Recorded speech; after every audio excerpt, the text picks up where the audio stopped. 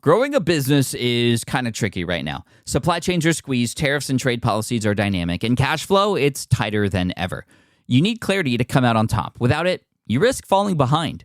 If only you could hop in the DeLorean and see the future, right? Thankfully, there's NetSuite by Oracle. NetSuite has real-time forecasting to help you move ahead with confidence. This is your AI-powered business management suite and the #1 cloud ERP. Trusted by over 42,000 businesses, NetSuite brings accounting, financial management, inventory, and HR all under one roof. It's your single source of truth, giving you the data and control you need to move quickly. And with AI built in, you can automate the busy work and focus on strategy. NetSuite helps you see what's stuck, what it's costing you, and how to pivot fast. If I were running a business with a lot of moving parts, I'd use NetSuite for full control over everything. Tame the chaos with NetSuite. If your revenues are at least in 7 figures, download the free ebook, Navigating Global Trade, 3 Insights for Leaders at netsuite.com/SPI. That's netsuite.com/SPI. You spent months building towards launch day, but when the clock hits 0, your site crashes. Bots swarm, and loyal fans rage on Reddit. That's not good. Fanfare was built to stop that. Fanfare is the drop platform made for high-pressure moments, stampede-proof infrastructure, verified waitlists, and bot filters that actually work. Instead of refunds and rage, you get retention and revenue. And that sounds great to me. Your next launch shouldn't be a gamble. Get Fanfare's 5-step hype drop playbook and learn how to bulletproof your drop at fanfare.io/playbook. Again, that's fanfare.io/playbook. Hey, I get it. You've worked really hard to build up your business and it's doing great. So great that you need help now. The most important thing for your business is to hire the right people to support it. So how can you find amazing candidates quickly? Easy. Just use Indeed. When it comes to hiring, Indeed is all you need. Stop struggling to get your job post seen on other job sites. Indeed Sponsored Jobs helps you stand out and hire fast. And with Sponsored Jobs, your post jumps to the top of the page for your relevant candidates, so you can reach the people you want faster. And it makes a huge difference. According to Indeed data, Sponsored Jobs posted directly on Indeed have 45% more applicants than non-sponsored jobs. And it's one of the largest databases of job seekers, too, giving business owners access to a wide range of candidates. And one of the things I love most about Indeed is the job alerts feature. I get notified when new candidates apply. There's no need to wait any longer. Speed up your hiring right now with Indeed. And listeners of this show will get $75 sponsored job credit to get your jobs more visibility at Indeed.com/smartpassive. Just go to Indeed.com/smartpassive right now and support our show by saying you heard about Indeed on this podcast. Indeed.com/smartpassive. Terms and conditions apply. Hiring Indeed is all you need. This is the Smart Passive Income Podcast with Pat Flynn, session number 14. Awesome. Welcome to the Smart Passive Income Podcast, where it's all about working hard now so you can sit back and reap the benefits later. And now your host. His favorite subject in school was math and recess, Pat Flynn. Still using a copy-paste website? Break the template trap with Framer. Whether you're overwhelmed by traditional site builders or frustrated with cookie-cutter designs, Framer gives you the freedom to create a site that's professional, polished, and uniquely yours. Framer is the design-first, no-code website builder that lets anyone ship a production-ready site in minutes. It's free to start, allowing you to browse hundreds of pixel-perfect templates or even design something on your own on a totally blank canvas. Add bold animations like appear effects, text effects, parallax scrolling, scroll animations, looping animations, and much more in seconds. The built-in AI handles the heavy lifting, generating starter layouts, and can even translate your entire site to any language. Ready to build a site that looks hand-coded without hiring a developer? Launch your site for free at framer.com and use code SPI to get your first month of pro on the house. That's framer.com, promo code SPI. Framer.com, promo code SPI. Rules and restrictions may apply. With running your own business, legal questions always come with the territory. Like, can I use this contractor agreement? What do I do if a client doesn't pay? Am I even structured the right way for taxes? Instead of Googling your way through legal landmines, imagine having a law firm ready to address your business's legal needs without the sticker shock. That's what you get with Legal Shield's small business plans. Legal Shield helps entrepreneurs access real legal help on contract reviews, collection letters, business formation guidance, and even help navigating IRS audits. Members can schedule consultations, upload documents through the app, and get support from a provider law firm that knows small business laws in your state. Plus, consultations on taxes or trademarks help you stay ahead of potential problems. And if a client is late on a payment, Legal Shield steps in with professional collection letters so you can protect your hard-earned revenue, all for a fraction of the price of hiring a lawyer on your own. Go to LegalShield.com/SPI or call 833-570-9980 to learn more and get big business legal support without a big business budget. That's LegalShield.com/SPI. Hey everybody, what's up? Welcome to the 14th session of the Smart Passive Income Podcast. Thank you so much for joining me today. I'm just in a really, really good mood today. A lot of great things have been happening. I've been asked to speak live at this meetup that is happening up in Oregon in a couple months, and I'll give you more details about that. But this will be my first kind of live speaking gig where I'm talking about what I do for business now, which is awesome, something I've always wanted to do. And I thank you, the podcast listener out there, for helping to motivate me to get comfortable behind a microphone, which will then help me be comfortable speaking in front of a live audience about this kind of stuff. I used to do it a lot back in college. Like many of you know, I was in the marching band, and I was in the executive committee of the marching band my senior year, and I'd have to go and speak in front of the band for, every day about a lot of different things. And I miss that. And I feel like I've lost my practice, but by doing this podcast, I feel a little bit more comfortable. So thank you.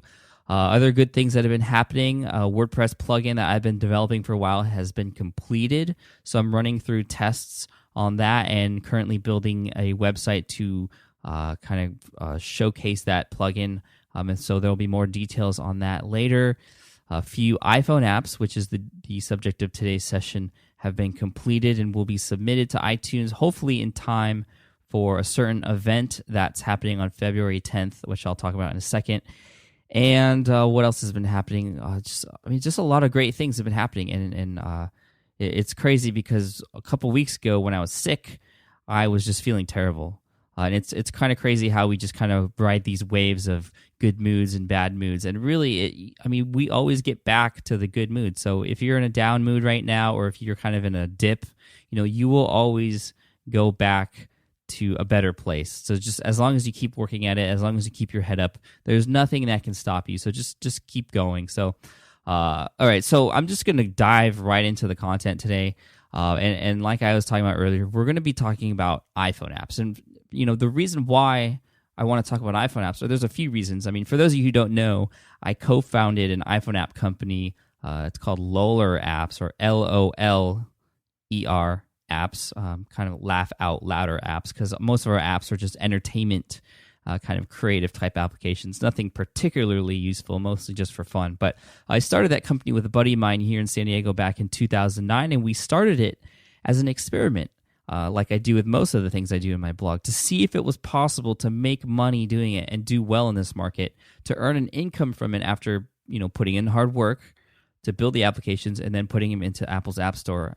And I'm specifically bringing this up today because it's a really hot topic that a lot of people have been asking me about. I've written a few blog posts about the subject in the past. They've gotten a lot of comments. I thought it'd be cool to talk about it here more in detail, more in depth, specifically for my own experience going through this process, about how I got started, how it all works, what kind of figures we're seeing, and some of our marketing strategies for a company that I'm happy to share with you today. Also, as I record this during the week of January 24th, 2011, we're about 2.5 weeks away from when Verizon will carry the iPhone. That's the February 10th deadline that I'm talking about. Verizon will carry the iPhone.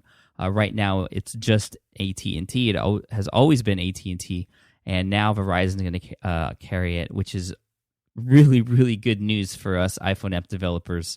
I don't know if it's going to actually double the market, but it could. And so we could potentially see twice as much income or more as a result of this this contract, I guess you could say. So we're really excited about that. We're trying to get a few applications out and time it for that date, which I'm sure a lot of other people are doing too, but I don't know if we'll make it, and I'll tell you why later on in this episode. Now, before I get to the good stuff, I wanted to mention a few things up front about this particular part of my business. As you know, I'm involved in a lot of things, niche sites, the blog, this podcast, my lead exam site, WordPress plugin development, a whole bunch of things. And this is just one part of my passive income portfolio. But we're not making millions from it like you might hear some other people are. I mean, those are the people who make the headlines. Those are the people who are making millions. I mean, for example, there's the indie developer group that created the app Doodle Jump, which is a game. It's pretty fun, actually. I downloaded it. And it's gotten a few $1 million just from, they've earned a few, out of $3 or $4 million from a 99-cent application. That's ridiculous. And we're not at that level. Obviously, I'd probably be, I don't know where I'd be right now if I was making $3 million from an iPhone application. But our business actually has about 25 applications live in iTunes right now and counting. And it's making a good amount of income each month. It's averaging about $5,000 to $6,000 a month. And recently, actually now that Christmas has passed, and we're always seeing good numbers around the holiday times, we're seeing upwards of $8,000 to $10,000 a month, which is awesome.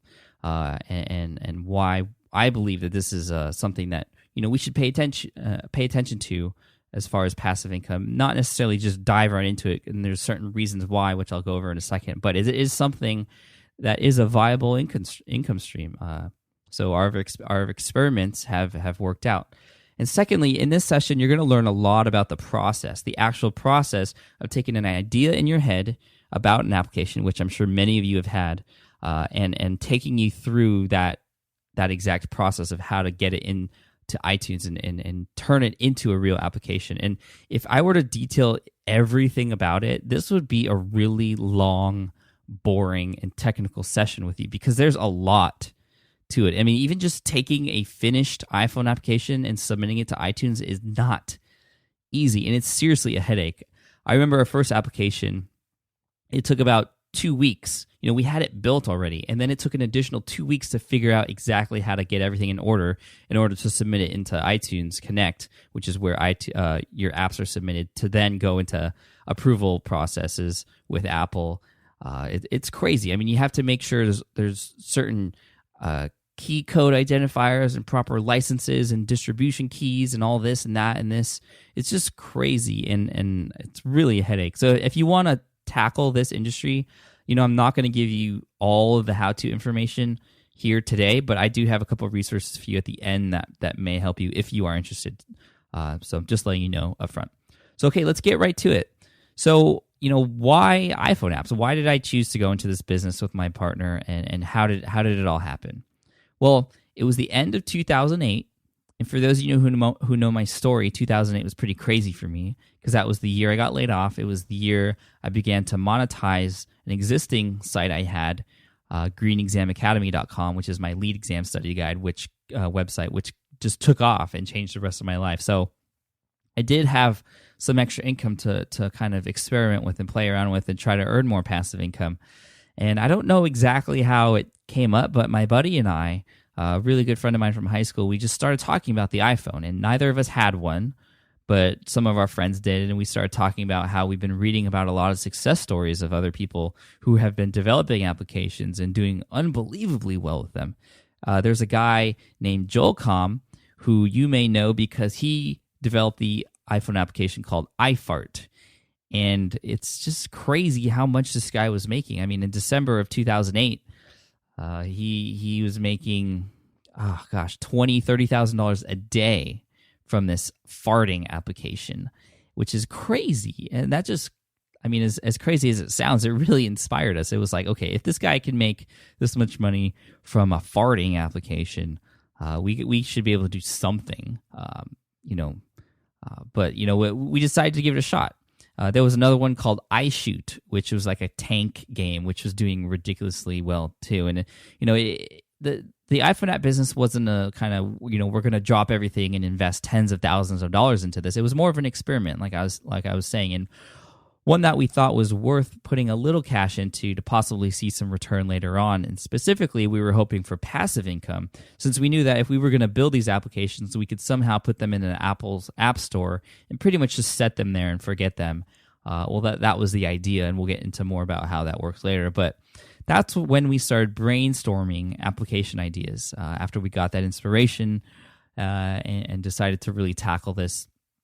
And we decided to turn this business into a kind of our creative outlet. Like I was saying, none of the apps that we make for this business are particularly useful. They're not going to change the world, but they are funny, they are entertaining, and I guess that's kind of goes along with the inspiration we got from the farting application. We don't have any farting applications, but we do have some kind of funny ones that I'll talk about in a second that have been doing pretty well, actually. Now, don't get me wrong. I mean, the iPhone is a wonderful tool, and I have many applications that I use on a daily basis to actually get a lot of things done in my business, help keep me organized and focused, stuff that has actually improved my life. But we decided to just be creative with our apps and see what would happen. So our first application was born. It was called Shake, Shake, Pop. It's a game where you'd be timed on how fast it would take you to shake a soda bottle, or the second level was actually the first level was a can of soda, the second level was a kind of 2-liter bottle, and the last level was a wine bottle, and it would progressively get harder as you got up in levels. And you'd actually have to shake your phone to play it, and there'd be sounds and timers and kind of a scoreboard and a leaderboard and stuff like that. So that was our first idea. And so I'm going to talk about now how we got that built. So my business partner was actually a computer programmer, and I was not.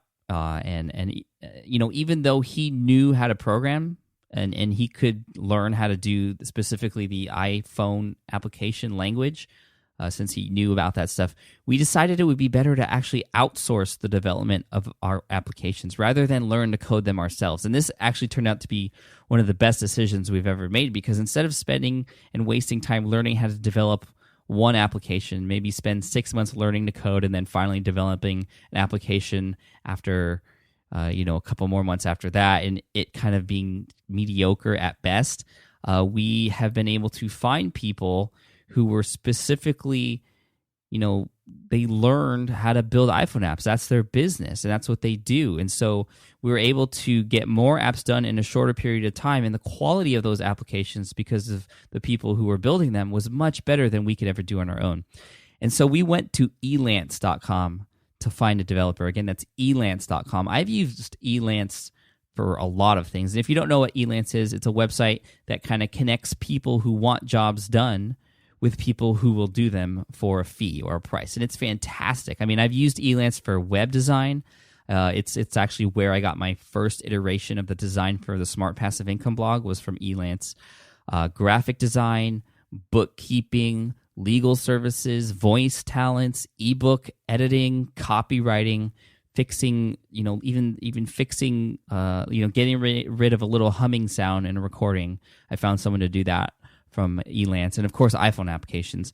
And then what happens is providers will bid on your project. So you put out a project, and they'll bid. You'll get 10, 20, 30 different people bidding on your project with different prices, different kind of portfolios that you can search through, and you work with them. After you award your after you award a bidder your specific job, then you work with them on the site using the message board on Elance to keep track of your conversations, to exchange files, and even handle payments through an escrow program, which is really nice. And when they complete your job and you're satisfied, you leave feedback and a review for them so that other people know the quality of their work.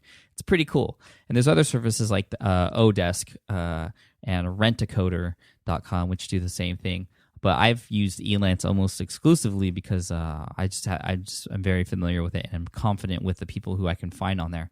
So what we did was we posted our job on there. We awarded our application to a developer, and I'll get into app pricing later on in this session. But we chatted with the developer and his team, and after hiring him, we gave him a little description of what we wanted, and we had the application completed in 4 months.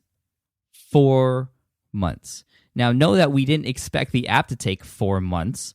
We were hoping for maybe 1 month. And there are several things we did wrong, this being our first time going through this process, that I want to make sure I go over with you so you don't make the same mistakes if you're thinking about doing the same thing. So when we posted the job, we awarded it to the lowest bidder. This was our first time working with a developer, and we didn't really understand kind of the wide range of abilities and experience developers have on Elance. And they ended up completing the app, like I said, in 4 months, and the quality was okay, but it was obvious they weren't really professionals. They never went over the top, and they just kind of did the minimum amount of work that we asked them to do. And first of all, they didn't understand how to give us the application to test. And hypothetically, you could hire someone to develop an application for you and never even test it or use it yourself before it gets submitted to iTunes. But seriously, you want to test your application before you put it out there for people to see. Now, the idea is that as the app gets built, as different versions of it get built, as it develops, the developers can send you versions of it called ad hocs, AD space HOC, which are versions of the application that can be used on 1 or 2 or 3 specific iPhone devices or iPod touches as a way to test the application. And in order for this to happen, you have to get kind of the specific code of those iPhones you want to test it on or serial number, and that has to be implanted into the ad hoc version so that it knows it can be tested and loaded on that device. And I guess like I said, this is a crazy process, but I guess they do this for security issues. And stuff like that. I don't know. But all I know is it's a real hassle because our developers could not figure it out. And we had to watch videos of the application being used. We had to watch videos of it being used from their side. So they would film a video of the different things as it was progressing and send it to us, which was totally inconvenient, especially because we wanted to see how things worked, see how it felt in our hands. And I had an iPhone at the time. I gave them the code that they asked for, and it was never working. And every other iPhone app developer I've used after this, we didn't go with those people anymore. Every developer we've used after that it's been fine. We've been able to test on our applications fine. So that was the first thing. Secondly, and this is probably more our mistake, we didn't realize that besides the developers of the application, you should also have someone on board to do the graphics of your application too. We had no idea. So when we got our first version, or when we watched the first version to look at, we saw the graphics and they were just terrible. And this was our fault, like I said, because we didn't have any graphics for them to include. So they created them themselves, and they're not, usually these developer companies or people are not graphic design, talented.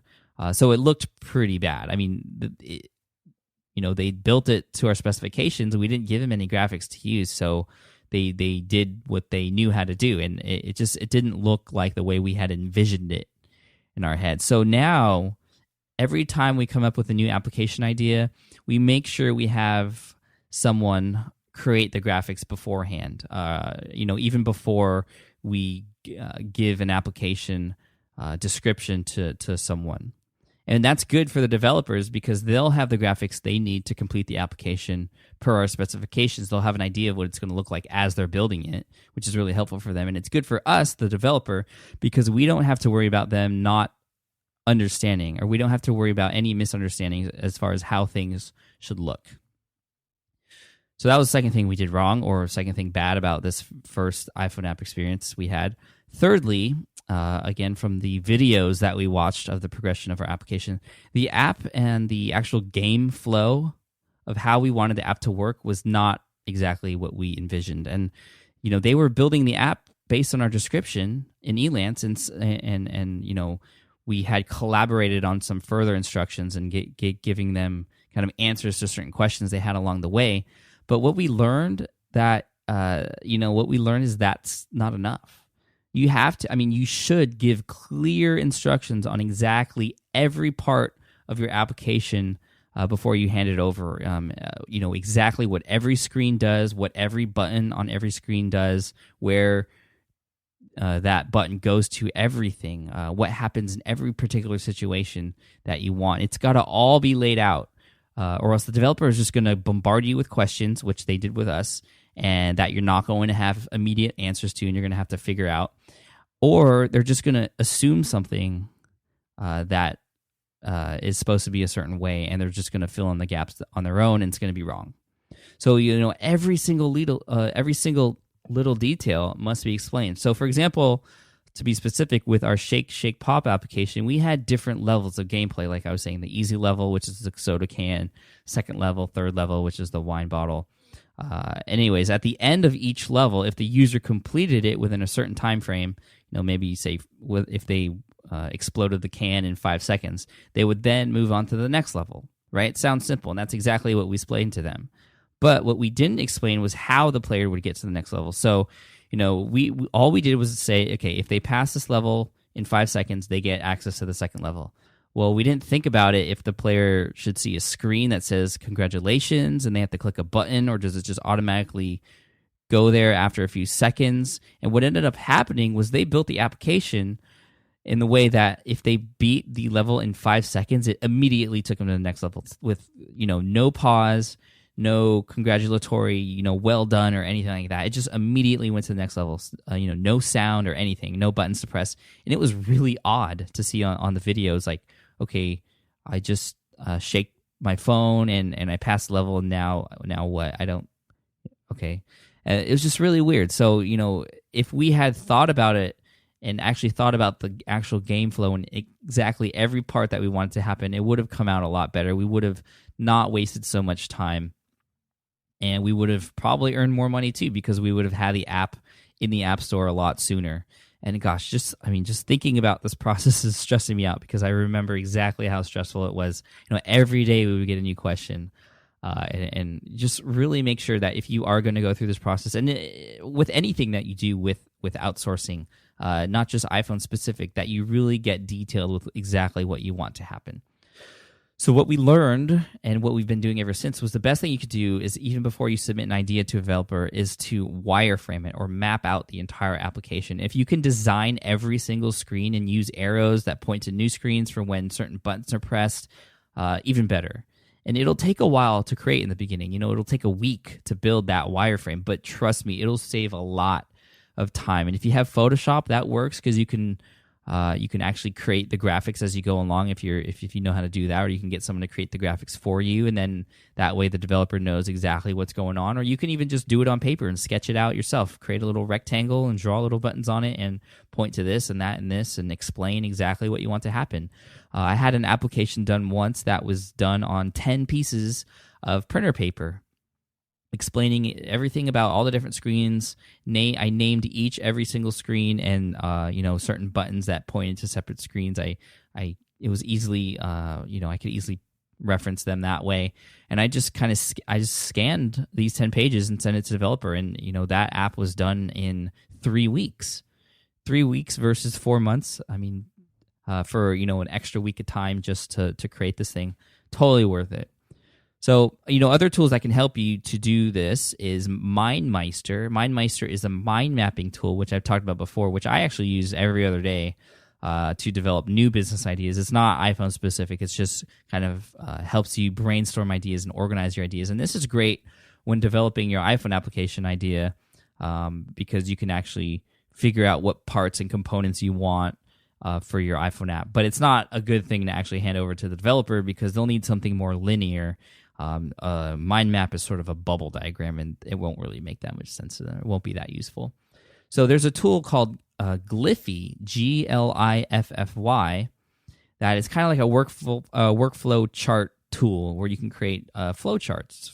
So it's really good for using arrows and diagrams to point from screen to screen. So you could check that out. And there's also, of course, Photoshop. And if you don't have Photoshop, you can use the free Photoshop-like tool called GIMP, G-I-M-P. If you do a Google search for that, you'll find it on the top result, which is like a free open-source Photoshop-type tool, which is pretty cool. And I'll hopefully be doing some tutorials for people on the blog later, because I know a lot of people can't afford Photoshop and would love to do some customized graphic work for themselves instead of waiting weeks or however many days to get a customized graphic from someone else. So look out for that later. So after all that, we finally got that app finished after 4 months. We submitted it to iTunes and just kind of let it sit there. And we were really fortunate enough to see a good amount of downloads. And, it wasn't anything like iFart or Doodle Jump. We weren't making millions, and it didn't take off like we had dreamed, but we kept going because we saw there was potential. We were making money. And we then took 3 more ideas we had and submitted them to a different developer to get them all done at the same time. And after a year, we had a total of 4 applications in iTunes, which was pretty good. An average of an application every 3 months. That's not bad. Now, we let that sit there for a while. We were earning, a couple $1,000s a month, actually, from our applications. These were all paid applications ranging from 99 cents to $2.99, and we were really happy with that. But I don't know when this happened, when or why exactly this happened, but sometime in early 2010, my partner and I decided to go kind of gung-ho with iPhone apps, and we ended up making 21 more, some of which have done really well for us, which is pretty cool. A lot of them have kind of flopped, but a lot of them have done really well. Now, I know 21 seems like a lot, and I'll go over the pricing later, and it might seem like that's a lot of money to invest, but a lot of these applications are actually built from a template. So we have a developer build one version, and then we could swap out images and sounds and pictures and instructions to make a new one kind of almost for free. Which is pretty cool. We have a few apps that are built from a single template that way. Now, we learned a lot from our mistakes, but we learned a lot also, with these 21 more applications from other successful iPhone apps developers along the way too. So first, we learned that probably the most important thing we learned was that free applications can earn money too, which is pretty cool. Most of the applications we're doing now are free. And you can earn money from free applications by putting in advertisements and getting paid each time someone clicks on that ad that shows up in your application. It's just like Google AdWords and AdSense that we use to place ads on our sites. All you have to do is just put a piece of code in your app, and it automatically generates an advertisement, and you get paid per click. Now, there are several ad services that you can use for this. The ones we use are AdMob, ADMOB. That's pretty much just like Google AdSense. Actually, Google owns AdMob, so I think they might be even integrating that with AdSense soon. And then there's iAds, which is Apple's version of AdMob or pay-per-click advertising on mobile. That's IADS, iAds, and that one's really good too.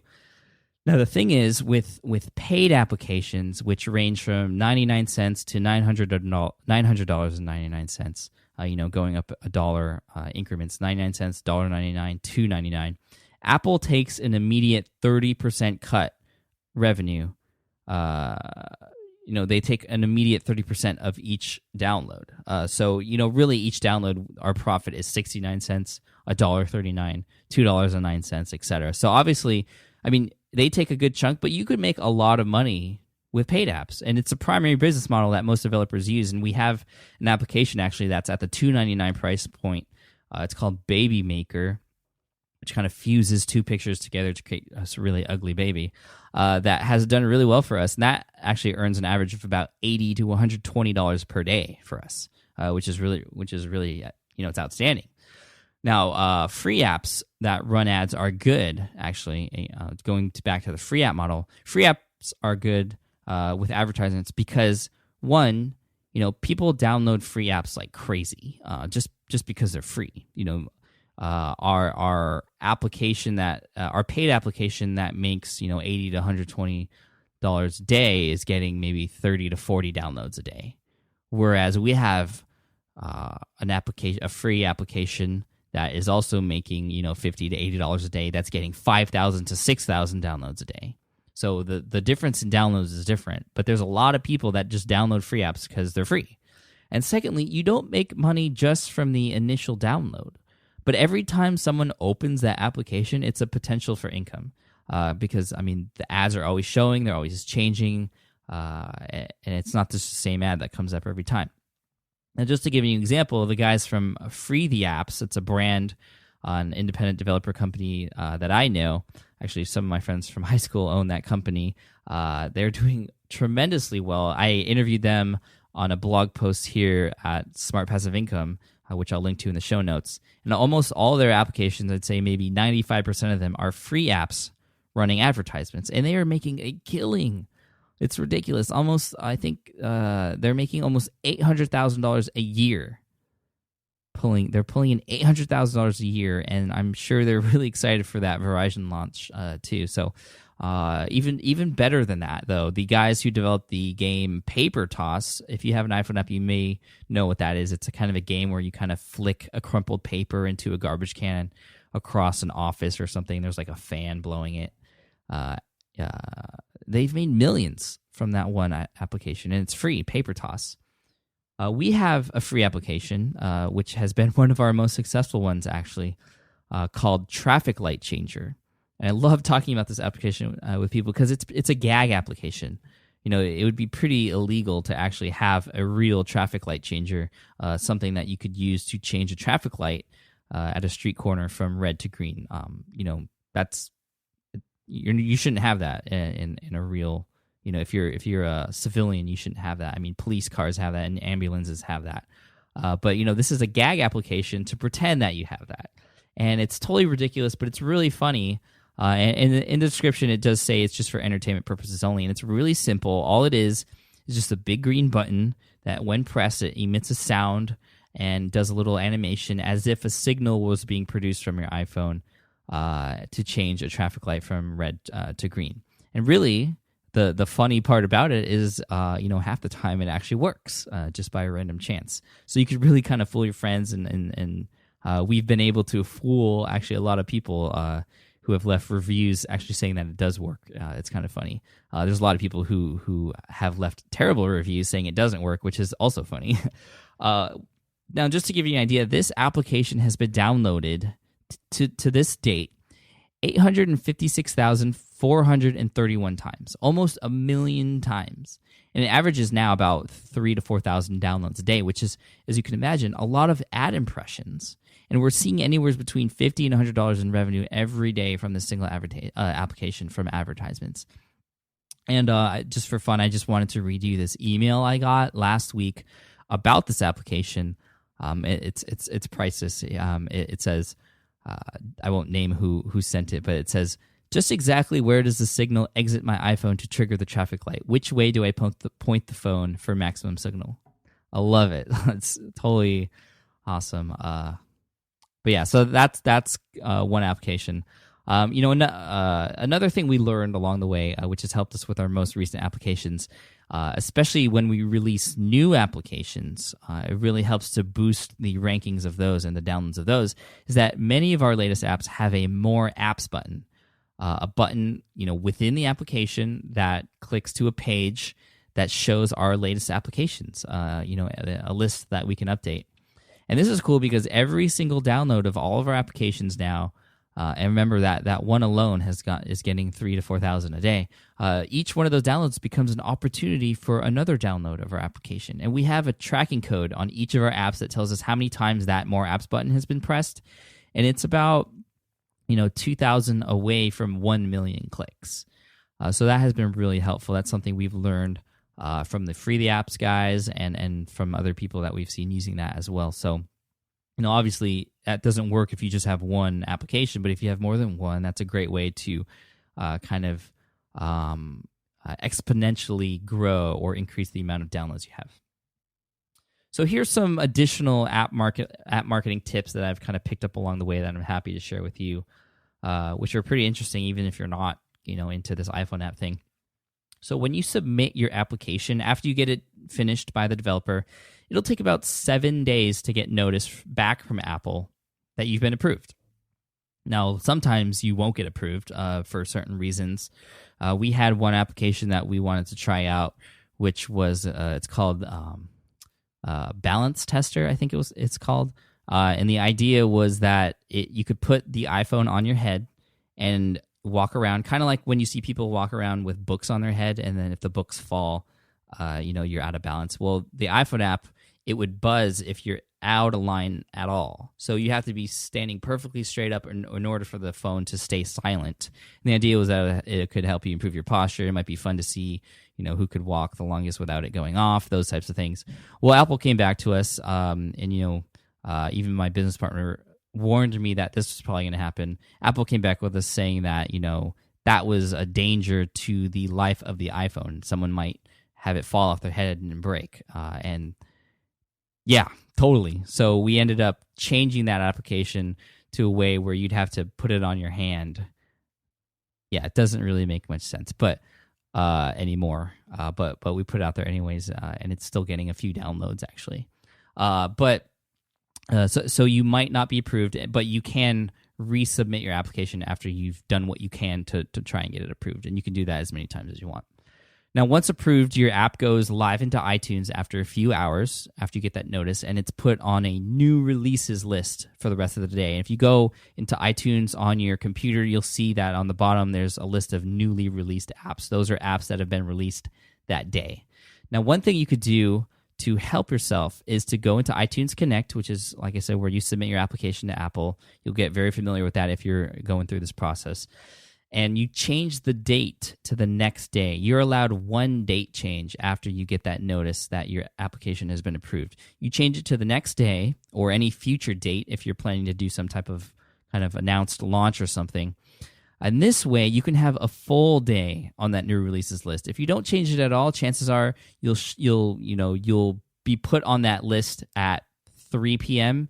And then when the next day comes around at 12 a.m., you're off that list, or all the other apps that have come in for the next day that are ready are there, ahead of you. So you can give yourself a full day on that new releases list. And the reason that's important is because that is your first exposure on iTunes or to people who are looking for new apps or for any type of apps. And getting on those lists, like the new releases list or any of the other lists, like the top 100 list for all the different categories.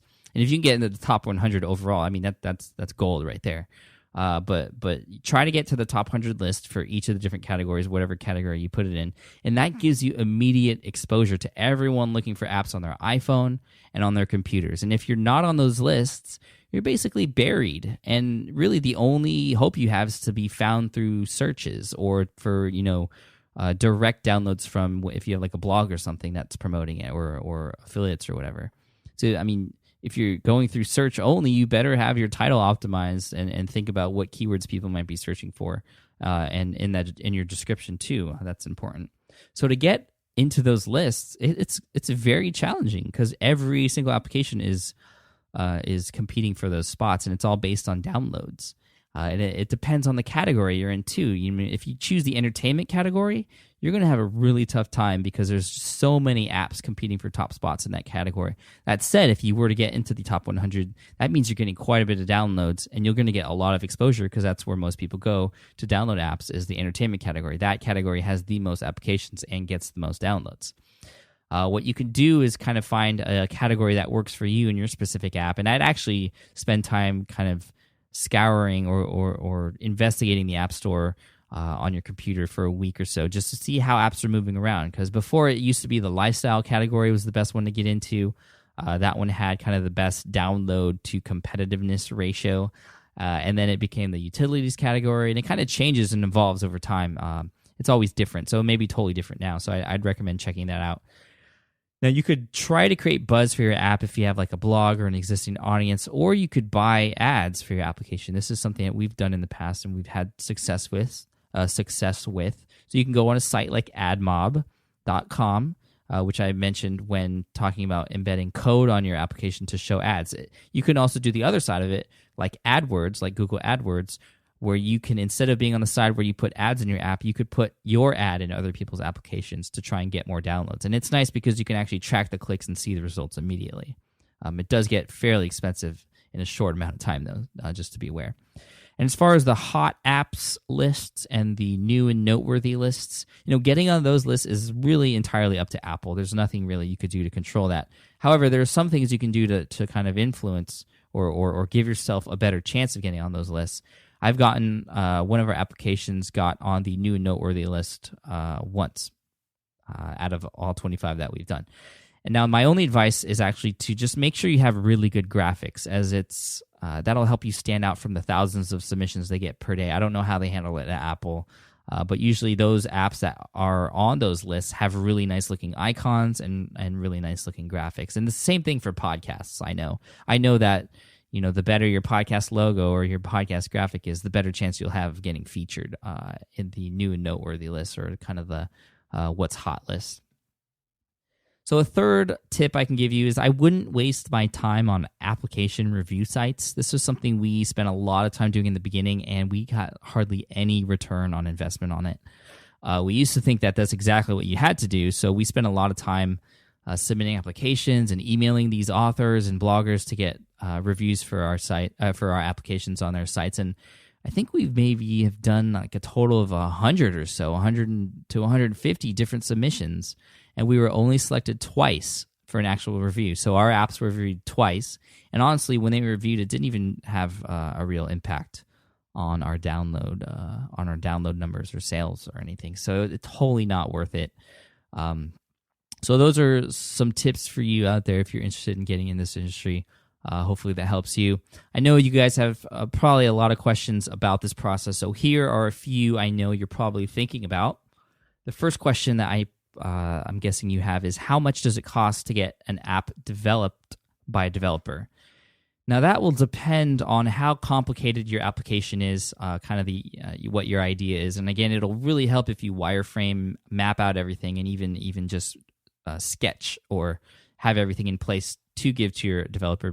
Then they can give kind of a better bid price or an estimate on the price that it'll cost. With Elance, usually it's a pay per project fee, so they'll tell you up front how much it's going to cost to do it overall, and then on sites like I think like Rent-A-Coder or even I know Odesk, you pay per hour, which is kind of difficult, and that's why I don't use Odesk for iPhone apps, because I don't really exactly know how many hours it would take to develop an application. And obviously, again, it'll depend on on how complicated your application is. But how much it'll cost?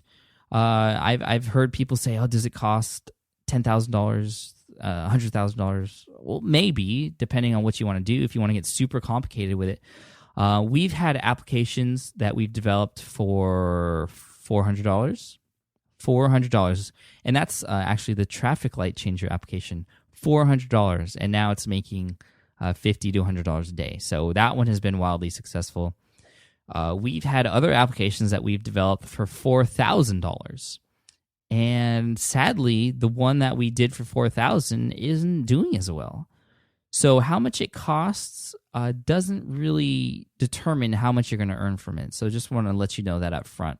If you have a good idea, one that could go viral, one that is useful, I mean, ours aren't particularly useful, but one that many people will download, then you have a better chance. It doesn't matter how much it costs, but you can spend anywhere between $400 to $8,000 for an application, I would say. And again, it depends on how complicated you want it to be. And what I would do, and again, this is the nice thing about Elance, is you could post your job on elance.com and get an idea of how much it's going to cost. And that way you can kind of create your budget from there. You're not obligated to select someone after you get those bids, although it's kind of, I don't know, I would say bad practice just to do that for the sake of figuring out how much it would cost. I would actually look through each of the developers and check out their reviews, their portfolios, see how many returning customers they have. That's a good metric to use if they're going to be good or not, and then actually select someone. So that's how much an app would cost. Another question you probably have, one that I actually get a lot, is this. I have a fantastic idea for an iPhone application, and I want to hire someone to develop it for me, but how do I protect my idea from being stolen? Great question, something that we were concerned about in the beginning as well. And there's a few things you could do.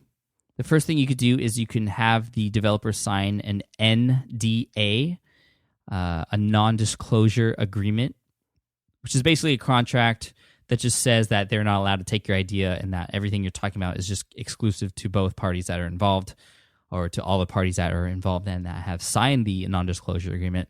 Now, to be realistic, that probably won't have much weight if it were to get to kind of if it were to get to a point where the law had to be taken into account, like if they actually did steal your idea. I don't know how much weight that would take. And a lot of these developers are overseas, so I don't know how that comes into play. But honestly, that's something you don't really have to worry about, especially if you're going through Elance, because those are companies that make a living building iPhone applications. Their business is building iPhone applications, and if if word got out that they were stealing ideas, they wouldn't have a business anymore. And it's kind of crazy to think that they're building iPhone applications for us. Why don't they do it for themselves? I don't know. I don't know why that's the case. I guess they just are good at building applications. They don't want to worry about creating the ideas or marketing the app once it's done. They just want to build it. So you don't really have to worry about it so much. But again, an NDA is good practice. It's a good thing too, because it gives the developer an understanding that you mean business. And you want to give someone who you want to give a developer or anyone you're outsourcing to kind of an upfront kind of attitude that you do mean business. I mean, not be totally strict with them and tell them that after they do one thing wrong, you're going to cut them. But just, an NDA gives them kind of a seriousness to the whole idea behind your application. So number 3 is, do you have to have a Mac computer in order to submit applications to iTunes? You have to have a Mac computer to run Xcode, which is the program that you use to build applications. And in order to submit applications to iTunes, you need to get something that you create in Xcode. So you could potentially have someone else develop everything for you, run all the processes in order to get that final product that you need, which will then be submitted to iTunes. And they can actually submit it for you too, under your name and all that stuff. But it's kind of a hassle, and I like to control the process of submitting the applications myself.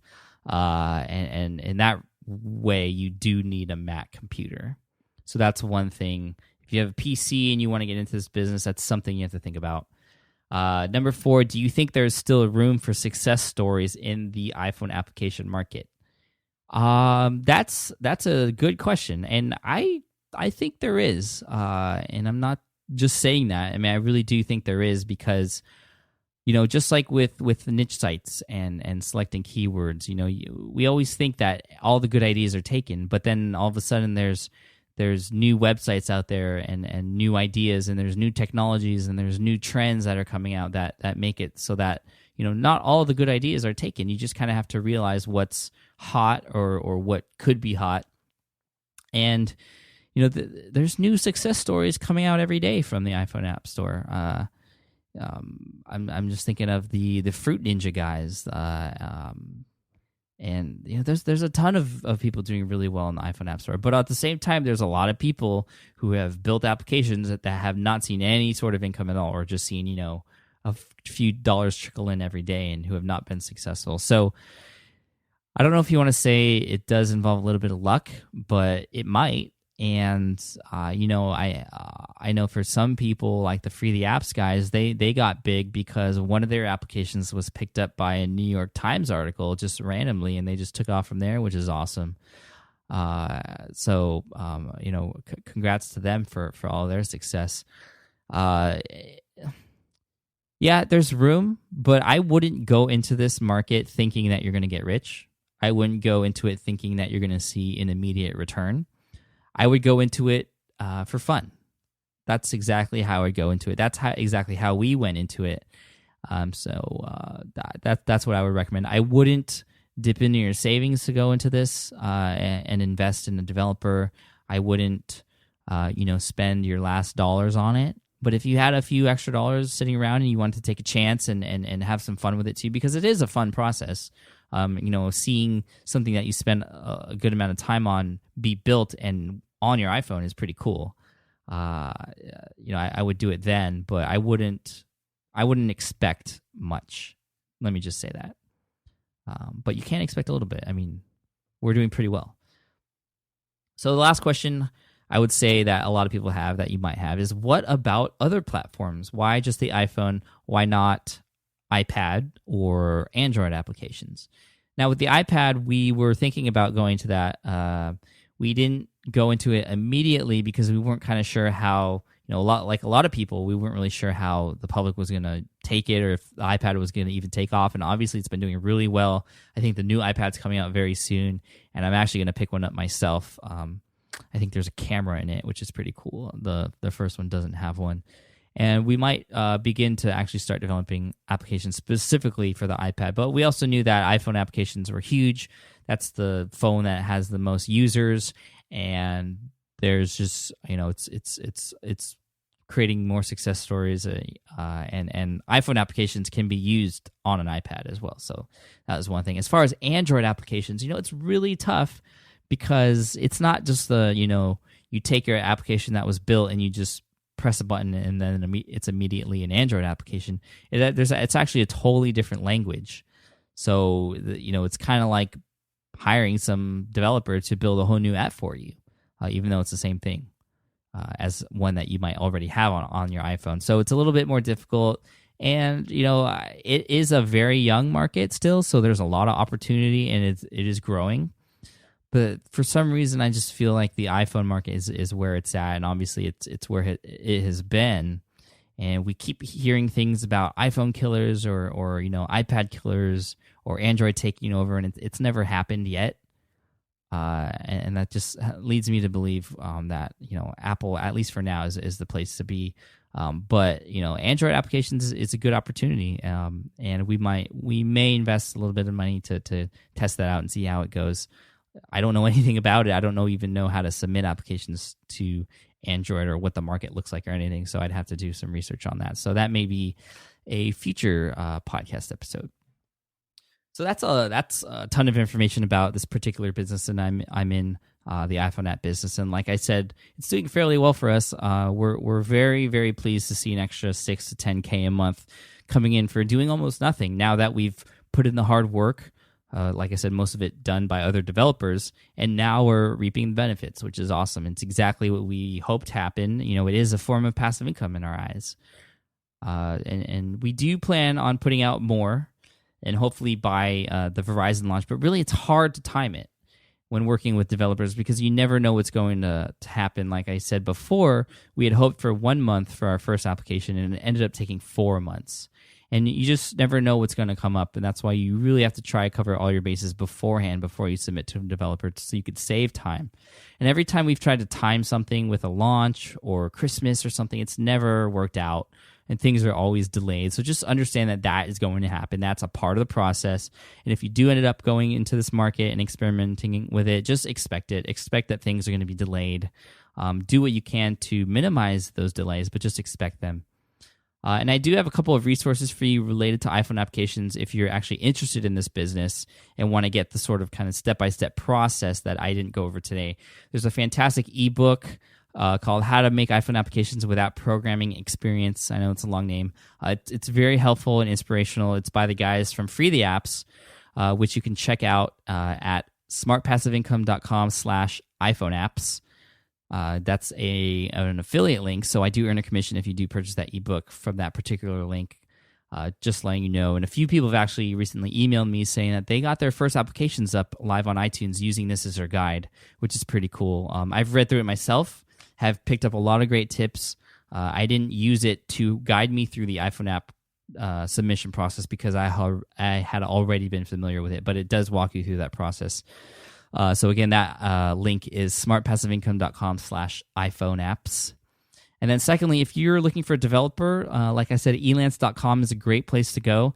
If you can't find anyone, just email me on the contact page of my site, and I'll give you the name of a developer I've been using from Elance time and time again that has done a wonderful job for me. I'm happy to recommend them.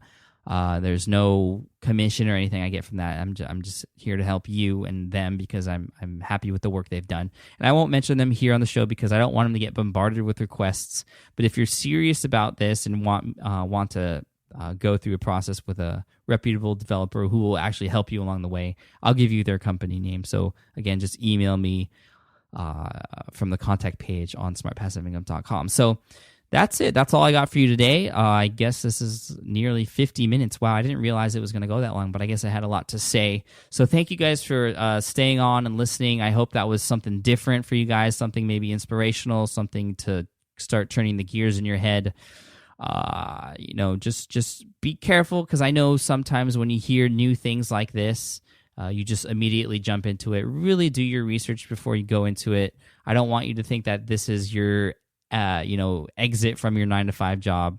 I'm just trying to be upfront with you. I'm not trying to hype anything up. I'm just telling you stuff that I've been up to, stuff that is working, stuff that isn't working. And if you do end up deciding to go through this business, hopefully you can use the tips that I gave you today. And if you have any questions, feel free to leave a comment on the blog or email me or whatever. I'm here to help you as always. And to close it off, if you want to get your free copy of my ebook, eBooks the Smart Way, my guide to creating a killer ebook, how to market it, how to automate it, how to develop it, how to publish it, everything. It's been downloaded over 12,000 times. Check it out at ebooksthesmartway.com, totally free. That's there for you. Let me know what you think. And again, thank you guys so much for being on session 14. I know it came a little later than I had hoped for, but that was partly due to the fact that I was sick. If you haven't listened to it yet, if you listen to episode 13, my voice is like pretty crazy there because I was sick, so I needed some time to recover, but I'm feeling a lot better. Thank you guys for all your best wishes, and I wish you all the best of luck. And until next time, all the best to you, and I wish you nothing less than success. So thank you guys. Take care and have a good one. Take care. Bye. Thanks for listening to the Smart Passive Income Podcast at www.smartpassiveincome.com.